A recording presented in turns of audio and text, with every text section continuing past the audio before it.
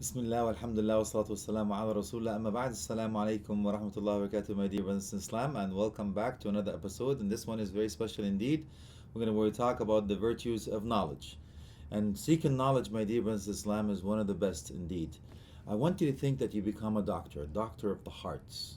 And indeed people are ill. This jahl is da', ilm is dawa, meaning ignorance is an illness. And you have the cure, and the cure is knowledge. And you'll see the path of seeking knowledge is beautiful, very rewardable. And we'll take the ayat and the hadith again and the stories of the righteous, inshallah, as we're accustomed, to give us the time and the strength and patience in order for us to start path of knowledge.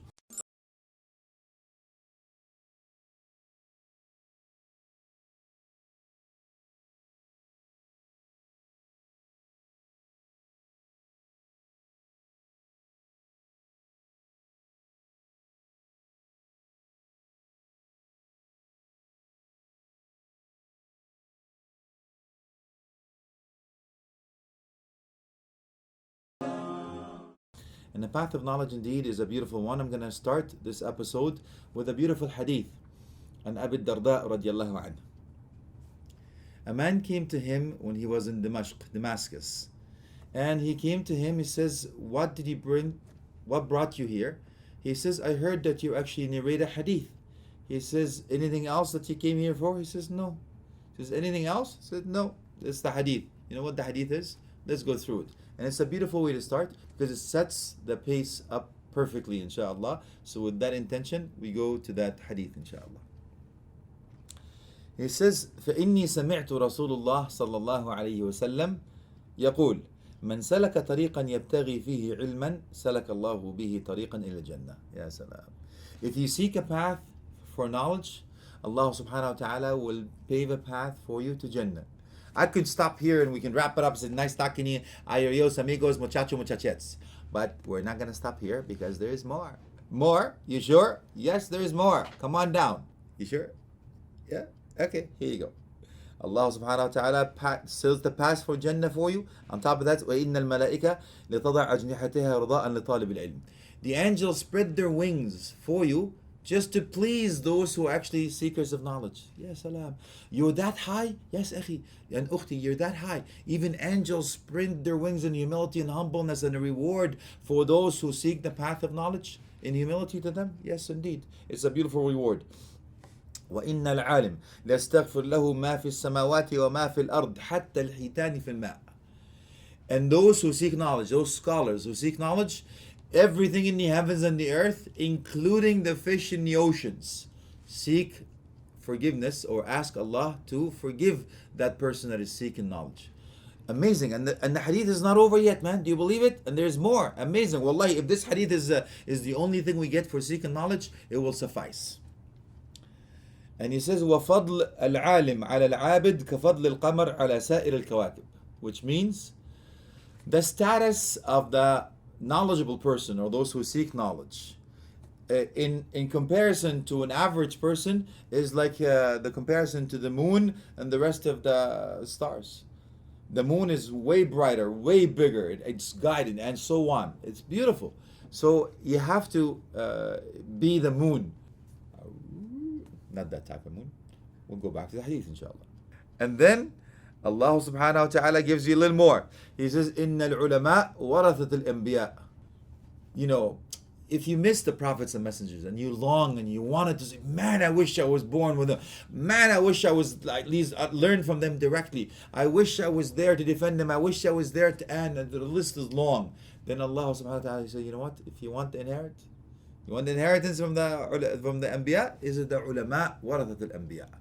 These are the inheritors. So this is what you know what? You can talk about inheritance. You can divide the estate. You can type the $1 million this, and you can take the Bentley. You can take whatever it is, the bling bling hanging down. But nothing better than what? Than seeking the knowledge and being the inheritance of the prophets and messengers. Other than that, Allah subhanahu wa ta'ala is giving you more. إن الأنبياء لم يورثوا دينارا ولا درهما إنما ورثوا العلم فمن أخذ به أخذ بحظ وافر. This hadith is in Tirmidhi وصححه. That prophets and messengers did not give dollars and cents, but they give knowledge. From those who seek knowledge, those who actually got the knowledge, they took the great treasure, big treasure. So now you're gonna lock up that treasure? No, you're not gonna lock up that treasure, because you get that treasure and by all means spread it. So there are types of people, by the way. You know, some people like a beautiful fertile ground. The rain falls down, which is a knowledge. They actually benefit themselves, so they hoard the rain, but they have the cultivation, meaning the fruit, and for everybody else to share the knowledge, which is the top. I want you to be like that, akhi and ukhti. You get the rain, you absorb it, you help yourself, and then you give the fruit to others. And there are some, those who are sandy ground, meaning that they actually hoard water in, but they don't really benefit others. And the other one is worse, bad news. Don't be like that. Who's that? Who's that there? Nobody knocking at the door. Go over there, so I'll tell you what it is. You know who that is? It's like a rock, man. Salda. You know, the rain comes down, bounces off the rock. The rock doesn't absorb the rain, nor that it helps anybody else that gets the water. Don't be like that, akhi and ukhti. So you have to be the first type, please. To get the water first. And I'll tell you that this path is actually long. And I'll talk about it, inshallah, in details a little more. It may take us more than one episode, but it doesn't matter. We're here to actually make sure that you get that knowledge that you need. We can go into all the aspects of it because there's a lot to cover, but at least give you the tools to be able to understand the importance of it. It's that carrot that will keep you going, inshallah. So when you start seeking knowledge, my dear brothers and sisters in Islam, you know that you're going to go through a few things. First, you know that our teachers say that when you start seeking knowledge, the first thing is what? Is arrogance. Yeah, when you start reading a little booklet, listen to a DVD, or maybe you start doing something in the bathroom yourself. Wow, mua, muchacho, dear amigo, right here, man. You know, I'm the man. You start right away. You become, that arrogance. You know, the second phase is humbleness. You know why? Because you go into the masjid, everybody's saying, you said you're the alim fulan earlier on, right? I'm such and such, I'm maulana, I'm mufti, blah, blah, blah. And then they start asking you a question. You don't even know what the question is, man. You don't even know what the question means, dude. And all of a sudden, you come in the masjid like Superman, dun dun dun, with that on the chest. You leave the masjid in a fetal position. Because you don't know what you're talking about, dude, so you actually get humbled. Because you don't know what it is, and that's truth. People can see you, right? You know, there's a story I want to share with you.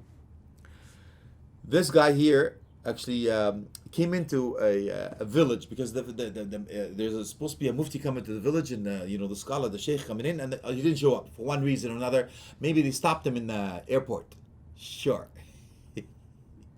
So he said, man, everybody's come for the village to see the sheikh. What happened? We're going to come up with the sheikh. He looked at somebody, with a little bit beard, and got a little bit thingy, and a little here, and a short this, and he looks like a sheikh. You know what? It's very easy being a sheikh. Sit on this chair, and everybody asks you a question. Here's fiha qawlan. He says, you just say there are two opinions in this matter. Okay, this is really easy. Wow, okay, fantastic. I'll sit. I'll do it. Done deal. Okay. Then people come and ask him a question. He says, what do you think of this? What does that question say? So he says, fiha qawlan. Wow, fiha qawlan. That's really good. Two opinions. Okay, then what? And the other one comes and fiha qawlan. So some people have a little bit of knowledge in the background. They said, well, this sheikh has two qawlan, man. He's got every qawlan, everything here. There's got to be something wrong with this guy. So they asked him a question. You know what the question was? Afillahi shak. Is there any doubt about Allah? He goes, fiha qawlan. He goes, gotcha, dude. There's no qawlan in Allah, ya sheikh. So please don't be that. So first thing, where it says arrogance. Be careful. Once you start seeking knowledge, you don't come into the masjid thinking that I'm the best thing here. These people are ignorant. I'm the man, right? Don't do that, please. The second thing is humbleness, because you know that. You'll get nailed, and you don't know yet you don't know. Then after that, you know what the third stage is? Third stage is ignorance. Subhanallah. Ajib wallahi. You know why? Because the more you know that you don't know. It's true. It's an ocean. This drop is an ocean, habibi. Wallahi. And I'll take you for another path, just to seal off this episode, and hopefully there's a lot more to share with you in the virtues alone. This one, Allah subhanahu wa ta'ala taught us. You know what? He says the first thing is what? He says, Iqra.